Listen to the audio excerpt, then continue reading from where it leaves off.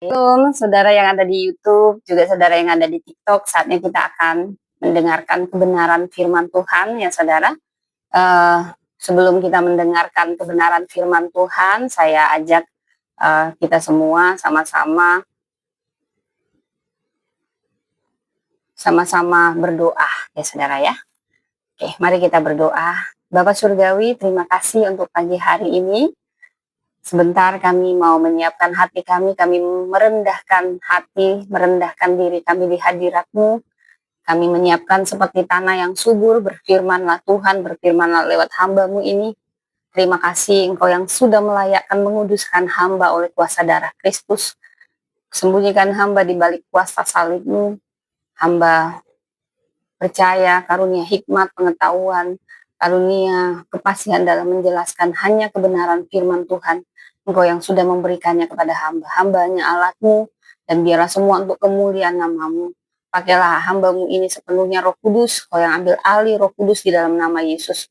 Dan bicaralah pribadi lepas pribadi Roh Kudus pada setiap orang yang mendengar, bukan suatu kebetulan, ada rencana indah. Setiap perkataan firman menguatkan kami, memberi kami kemenangan, berkat, dan mengingatkan kami. Kami percaya Alkitab adalah firman Allah yang hidup, yang akan mengubahkan hidup kami, mentransformasi hidup kami sesuai kehendak Tuhan. Terima kasih untuk kebaikan Tuhan, kemurahan Tuhan, kasih karunia Tuhan yang amat besar dalam kehidupan kami. Terima kasih Bapak, dan sebentar kami memulai untuk menyatakan kebenaran firman-Mu ini. Biarlah setiap hati dan kami mematahkan setiap benteng-benteng musuh, keakuhan manusia yang menghalangi pemberitaan firman Allah dihancurkan. Dan Kau yang memberkati setiap perangkat internet, jaringan, elektronik, apapun yang kami pakai untuk memberitakan kebenaran firman Allah. Dan setiap firman yang keluar tidak akan pernah kembali sia-sia, akan menghidupkan. Iman akan bertumbuh di dalam nama Tuhan Yesus. Kami terima. Haleluya, haleluya. Amin, amin. Selamat pagi saudaraku, selamat pagi yang ada di YouTube. Baik saudara, saya memberi judul ya, perjumpaan yang mengubahkan saudara. Ada 5 yang akan saya bahas, mungkin waktunya akan cukup lama saudara ya. Jadi yang punya permohonan doa, Anda bisa meletakkan permohonan doa Anda di kolom chat ya. Selamat bergabung bagi Anda yang baru bergabung, juga saudari yang ada di YouTube. Apa kabar ya saudara Empower Woman ya. Bagi Anda yang mau tahu rekaman dari acara membangunkan fajar pagi ini, Anda bisa datang ke YouTube Empower Woman Ministry. Ya, ini di bawah Yayasan Empower Woman Ministry yang saya dirikan ya, untuk mengembangkan perempuan ya, seperti Esther, Deborah, Maria Magdalena. Ada banyak perempuan-perempuan di Alkitab yang luar biasa Tuhan pakai. Oke saudara, kita akan membaca firman Tuhan saudara. Ada 5 yang akan saya bahas, perjumpaan pribadi yang menyentuh dan sentuhan Sang Guru begitu nyata dalam kehidupan orang-orang yang terpinggirkan ini saudara. Namun saya mulai dari Thomas ya saudara ya.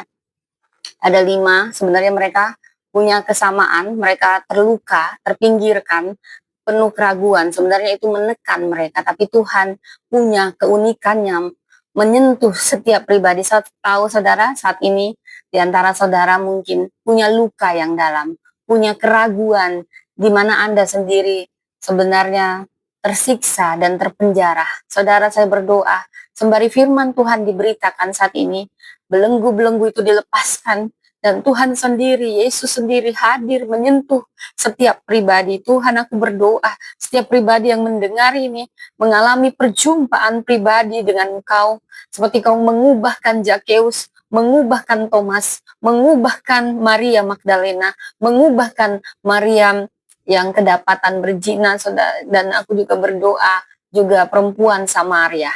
Terima kasih Tuhan, yang sakit disembuhkan, yang berbeban berat mendapat kelegaan saat pemberitaan firman Tuhan. Dalam nama Yesus, amin. Saudara, saya akan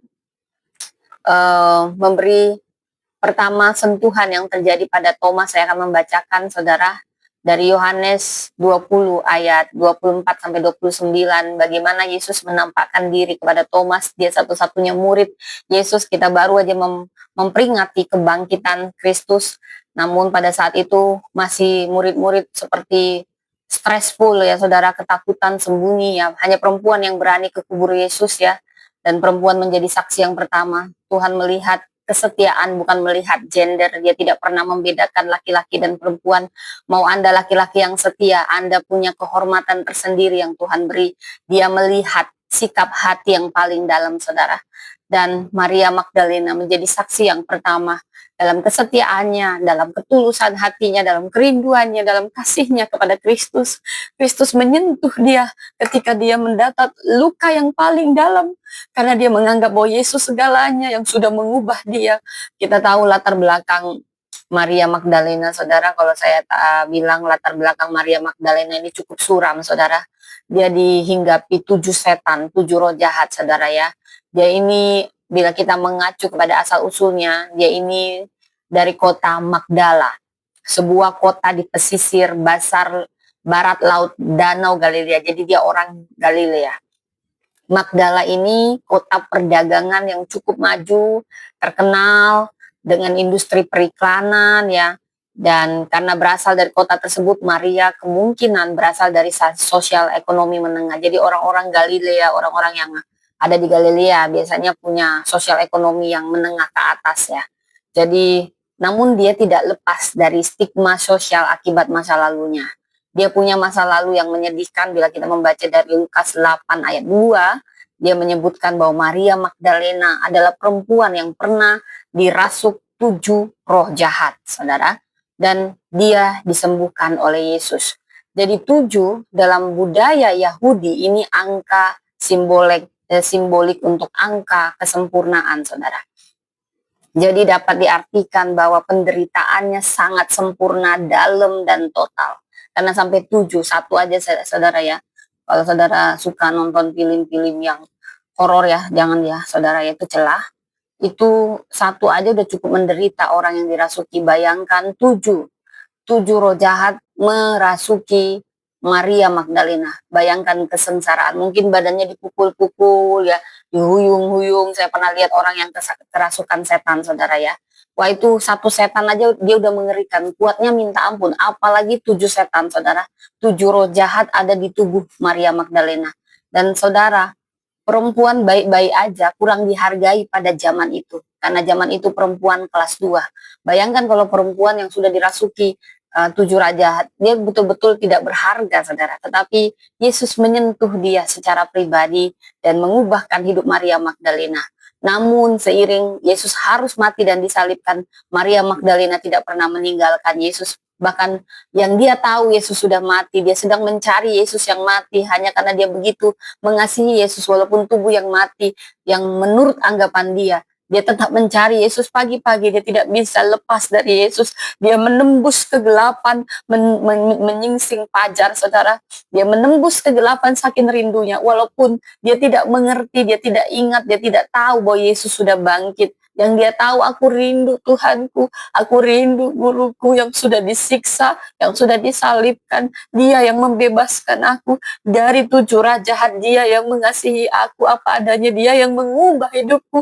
Aku melihat dengan mataku, paku yang 15 cm menembus pergelangan kakinya, pergelangan tangan. Aku melihat cambuk itu menusuk badannya, menarik dagingnya menjadi bilur-biru. Aku melihat bagaimana dia diolok-olok, bagaimana dia dipukuli, bagaimana ditampar. Guruku yang maha kuasa harus diam seperti anak domba. Tuhanku yang maha kuasa.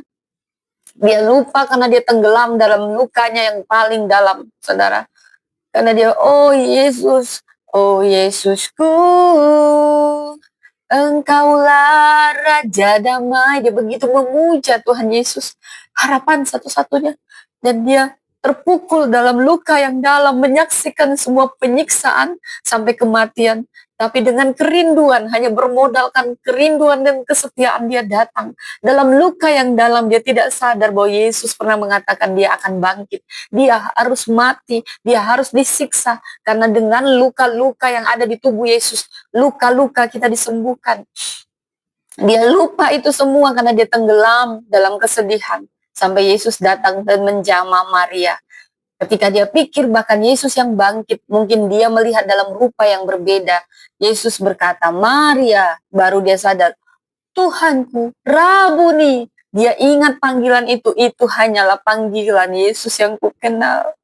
Saudara, sentuhan itu mengubah Maria, mengubah air matanya menjadi sukacita, mengubah semuanya, saudara. Dari Maria yang hampa, hanya bermodalkan kesetiaan menghadap kubur kosong, yang sebenarnya kubur itu kosong, dia mencari Yesus yang mati, padahal Yesus sudah bangkit di hari ketiga, hanya bermodalkan kerinduan, kesetiaan. Tapi Tuhan menyentuh dia, menyentuh lukanya. Sebenarnya Tuhan tahu Maria terluka, terluka karena merasa, kenapa Tuhan? Kenapa kau harus mati, membiarkan dirimu dipermalukan? Kaulah yang membebaskan aku dari 7 roh jahat. Kenapa kau diam disiksa? Tapi aku mengasihimu. Murid-murid semuanya sembunyi, semuanya tidak tahan kecuali Yohanes. Petrus menyangkal Yesus sampai 3 kali karena malu melihat Yesus tidak berdaya, diolok-olok. Sebenarnya Yesus bisa tinju itu orang-orang Romawi, tapi dia harus membiarkan dirinya dilukai, dirinya disiksa, dan dirinya disalibkan. Hanya dengan itu kita ditebus, hanya dengan luka-luka itu menghidupkan kita, luka kita pun disembuhkan. Itu yang para murid tidak tahu. Dia harus melepaskan kuasa ilahinya. Saudara, ketika Maria tersentuh, Maria diubahkan. Air matanya menjadi misi yang besar. Dia menjadi pemberita firman kebangkitan Kristus yang pertama. Saudara, saya tidak tahu luka Anda, tapi saya berdoa, apapun luka terdalam yang Anda sembunyikan saat ini, dibalut dengan kesetiaan yang Anda tidak paham. Kesetiaan Anda sangat berharga. Air mata Anda sangat berharga di hadapan Tuhan. Seperti Tuhan menampung air mata Maria Magdalena. Dia hanya bermodalkan kesetiaan dan kerinduan. Dia tidak paham. Mungkin iman kita belum sepenuhnya utuh sempurna mengenal Tuhan kita. Tapi setelah kesetiaan itu ada, maka semua akan disempurnakan. Ada penghormatan yang Tuhan beri buat orang-orang yang setia sekalipun tidak mengerti, seperti Maria Magdalena. Saudara, bukan hanya Maria Magdalena yang merasakan sentuhan sang guru, saudara. Ada banyak orang-orang terpinggirkan yang tidak pernah diduga.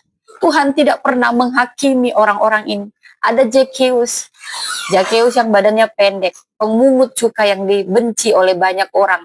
Karena pada saat itu pekerjaan pemungut cukai, Paulus,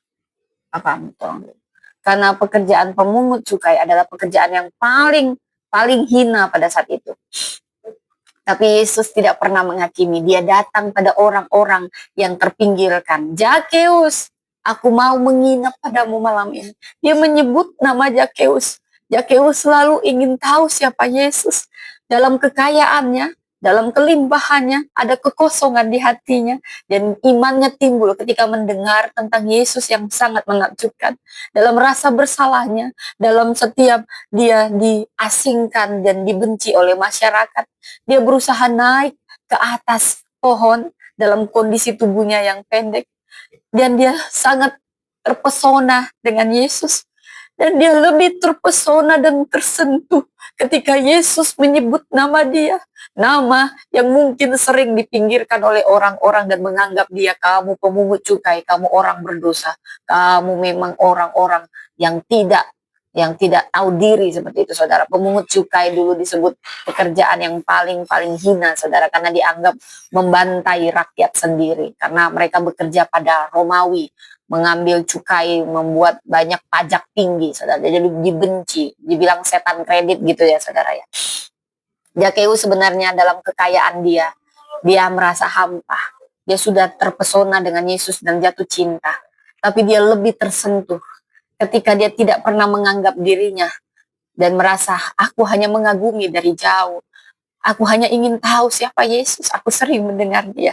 Sampai dia mendengar namanya disebut oleh Yesus dengan sebutan yang memulihkan martabatnya. Dia tidak bicara dengan menghakimi atau membilang, "Oi, kau Zakheus, orang pendek pemungut cukai, turun dari pohon itu. Ngapain kamu lihat-lihat saya?" Tetapi Yesus menyentuh pribadi Zakheus. Dia tahu ada luka terdalam di hati Zakheus yang orang-orang tidak tahu. Orang hanya tahu menghakimi Zakheus sebagai pemungut cukai yang suka membuat pajak yang tinggi dan menganggap mereka orang berdosa. Sampai Yesus menyebut nama Zakheus Aku mau kau turunlah, aku mau menginap di rumahmu malam ini. Dia sangat tersentuh dan sangat terpulihkan dan sangat diangkat martabatnya. Seorang Yesus tahu namaku, dia menyebut namaku dengan penuh kasih sebutan ketika dikatakan, Zakeus, aku mau menumpang di rumahmu malam ini. Yesus sedang menyentuh Zakeus. Dia sedang memulihkan luka Zakeus. Zakeus dipinggirkan karena dianggap pemungut cukai, tetapi Yesus memulihkan dia. Yesus datang pada orang-orang yang terpinggirkan, orang-orang yang terluka sangat dalam, orang-orang yang mungkin kelihatan tegar di luar, tapi penuh luka yang dalam, dan tidak ada yang bisa menyentuh luka itu sampai Yesus menyentuhnya, tapi bukan menyentuh untuk membuatnya sakit, tetapi menyentuhnya dan langsung memulihkan luka yang dalam itu dengan kasih yang begitu dalam. Luka yang dalam hanya bisa disembuhkan dengan kasih yang dalam, dan itu yang tertransfer hanya dengan sebutan nama, tapi sudah memulihkan segalanya. Zakeus, turunlah, aku mau menumpang di rumahmu. Zakeus tersentak dari hati yang paling dalam, paling luka. Yesus sudah langsung membalut lukanya. Dia lama terpinggirkan. Mungkin dia punya banyak harta, dia punya banyak, tapi sebenarnya hatinya kosong. Tetapi dalam kesetiaannya, Tuhan menunjukkan belas kasihannya pada Zakeus. Dia berusaha karena badannya pendek, begitu banyak follower Yesus kemana-mana. Zakeus hanya naik pohon dengan berharap ada belas kasihan Tuhan yang tidak bisa dia ungkapkan dengan mulutnya. Dia hanya ingin melihat Yesus. Dia berpikir, aku merasa kosong selama ini. Aku terpinggirkan selama ini. Coba aku lihat siapa Yesus yang sering dielu-elukan dan sering disorak-sorakan. Aku mau lihat dia. Dan ketika belas kasihan Tuhan bertemu dengan kegigihan iman, di situ ada mujizat, di situ ada transformasi. Zakeus badannya pendek, dia tidak malu naik ke atas pohon. Aku hanya mau lihat Yesus, aku mau lihat Yesus, aku mau lihat Yesus. Sebenarnya dalam hatinya yang paling dalam, dia sedang berteriak, Tuhan, tolong sembuhkan lukaku yang paling dalam, kekosongan hatiku yang paling dalam. Aku hanya ingin melihat kau, memang aku tidak pantas, tapi dia berusaha, saudara. Dan dia tersentak ketika Yesus yang dia tidak pernah duga, yang selalu membuat dia terpesona. Oh Yesusku, Engkaulah Raja Damai. Semua mengeluhkan Yesus, Yesus. Karena kemanapun Yesus datang, mujizat terjadi. Zakeus tidak pernah berpikir Yesus akan memanggil namanya.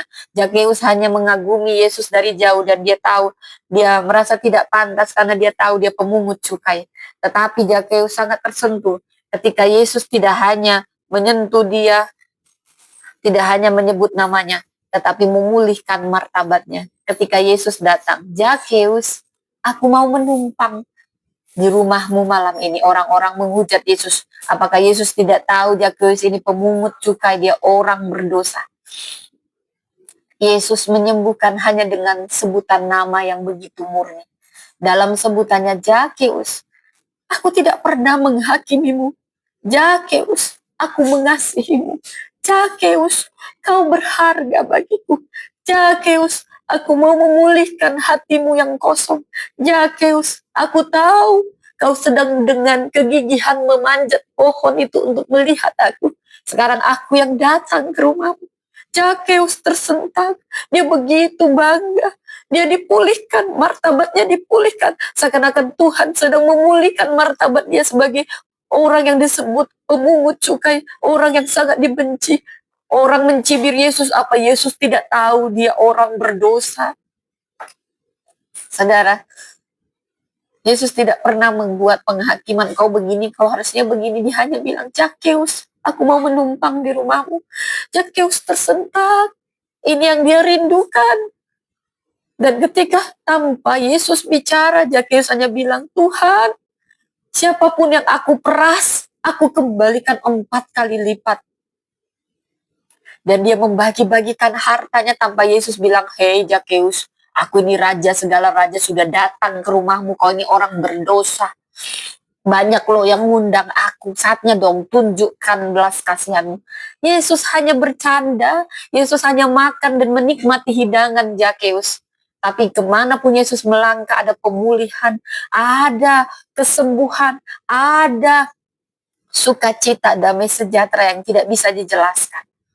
Dan hanya Yesus, Sang Guru Ilahi itu yang bisa melakukannya, saudara. Zakeus begitu penuh damai sejahtera ketika Yesus datang ke rumahnya. Itu seperti rumahnya adalah gambaran hatinya. Yesus hanya mengajak dia bersahabat, bercanda, dan menikmati apa yang dia hidangkan. Yesus tidak pernah menghakimi dia. Dan akhirnya dia terpulihkan. Itulah yang dia rindukan. Dia diterima, dia diakui, dia dianggap. Itu yang dia rindukan. Yesus menjamah lukanya yang paling dalam. Saya tidak tahu, mungkin dari Anda yang mendengar, sama seperti Zakeus, mungkin harta Anda banyak, tapi Anda merasa tidak diterima, Anda ditolak, Anda sudah dilabel, Anda sudah dijudge. Tuhan ingin hadir di hati Anda. Undang dia masuk dalam hatimu. Hanya Yesus yang bisa mengisi kekosongan itu. Sentuhannya adalah sentuhan yang memulihkan martabat. Sentuhannya adalah sentuhan yang mentransformasi kita. Dia selalu mengubah air mata menjadi misi yang besar. Akhirnya Zakeus dipakai Tuhan menjadikan bagaimana dia penderma. Dari seorang pemungut cukai akhirnya penderma. Dan Yesus mengatakan hari ini telah hadir keselamatan bagi rumah ini. Karena dia juga seorang keturunan Abraham. Yesus tahu latar belakang Zakeus. Dan dia tidak pernah menghakimi Zakeus. Dia tahu hati yang hancur. Saudara, Tuhan tidak peduli sebesar apa dosa kita. Yang dia lihat saat ini adalah hati kita yang paling dalam. Dan dia sangat dekat dengan hati yang hancur. Mungkin Anda hancur karena Anda merasa ini kesalahanku sendiri, aku yang salah, aku yang buat kesalahan ini. Tuhan hadir di situ. Tuhan hanya ingin pengakuan kita. Karena hanya dengan itu pemulihan terjadi. Tuhan hanya ingin kita mengakui kesalahan kita sebesar apapun. Bukan ngeles-ngeles, saudara. Tuhan paling anti dengan orang yang ngeles-ngeles. Tapi dia tahu, sebelum Anda bicara, dia tahu setiap hati yang datang dengan hati yang hancur, hati yang hampa, hati yang merasa aku tidak layak, Tuhan. Sebenarnya aku tidak layak, kok bisa tendang aku. Tapi aku berusaha sebesar mungkin agar aku menerima itu. Aku tidak pernah layak. Sama seperti wanita yang diuji imannya. Tidak layak memberi roti kepada anjing. Tapi iman perempuan ini begitu besar. Benar Tuhan, aku hanya mau remah-remahnya. Tetapi anjing itu hanya memakan remah-remahnya. Ini yang Tuhan lihat. Wanita ini merasa tidak layak. Tapi dengan kerendahan hati dia datang mencoba Tuhan. Tapi aku datang dengan kegigihan imanku. Disitulah belas kasihan Tuhan terjadi. Saat belas kasihan bertemu dengan iman yang gigih, iman yang rendah hati, disitulah terjadi mujizat. Sama seperti Tuhan menyentuh wanita yang kedapatan berzina. Yesus sedang diuji untuk dicobai. Wanita ini digeret, diseret, dipermalukan. Orang-orang datang hanya untuk mempermalukan wanita yang kedapatan berzina, mungkin dalam keadaan tubuhnya yang masih setengah telanjang dia dipermalukan.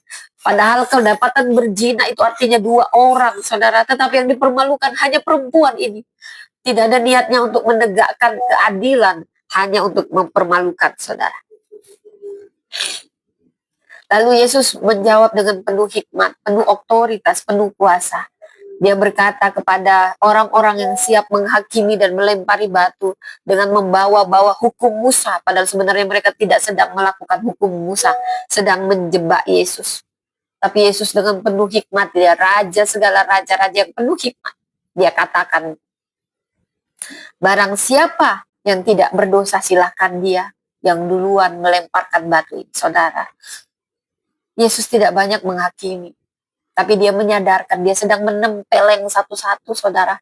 Dia sedang menampar setiap orang yang siap hanya tahu menghakimi tanpa melihat dirinya sendiri. Dan semua meninggalkan. Dalam otoritasnya, dia tidak sedang membenarkan perempuan ini dalam perzinahannya. tapi dia sedang memulihkan hati yang luka. Dia sedang memulihkan martabat yang diseret-seret, dipermalukan. Dia sedang menyentuh luka yang paling dalam dengan kasih yang paling dalam. Dan ketika Yesus bertanya pada perempuan ini, adakah yang melempari kau batu? Dan perempuan ini mungkin dengan hampa, dengan pandangan yang penuh, memohon belas kasihan. Tidak, Tuhan. Dan Yesus menjawab, aku pun tidak. Tapi dia bukan tidak membenarkan. Dia bukan membenarkan perzinahan. Dia menegaskan dengan kasih dan keadilannya. Pergilah dan jangan berbuat dosa lagi. Jangan berbuat dosa lagi. Itu kata-kata yang menghantam. Kau kuberi kesempatan. Jangan berbuat dosa lagi. Perempuan ini tersentuh begitu dalam. Lukanya yang begitu dalam disentuh Yesus dengan cara kasih yang begitu dalam. Dia begitu dipermalukan dan semua orang siap melempar dia dengan batu. Tetapi Yesus memulihkan martabatnya dengan memanggil namanya. Mungkin bukan namanya, saudara, tetapi memanggil dia dengan sentuhan yang lain. Tuhan memanggil kita, memanggil nama kita dengan keunikan kita masing-masing. Tuhan sudah lebih dahulu tahu luka setiap hati kita, saudara. Dia tahu luka-luka yang paling dalam, saudara. Sekalipun luka itu membuat kita menjadi melukai lagi lebih dalam diri kita atau orang lain.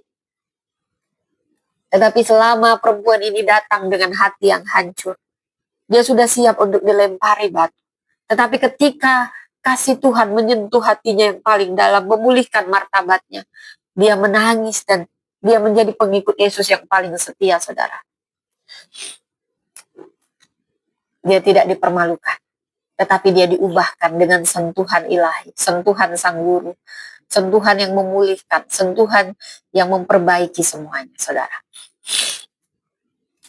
Zakeus, Maria yang kedapatan berzina, dan ada juga wanita Samaria yang juga disentuh oleh Yesus sama seperti dia menyentuh. Bila kita melihat perjalanan wanita Samaria ini, Yesus sebenarnya boleh mengambil jalan lain, tapi Yesus sengaja mau mampir ke sumur itu. Dan itu jam 12 siang. Saya harus jelaskan latar belakang budaya. Orang Yahudi tidak bergaul dengan orang Samaria. Orang Samaria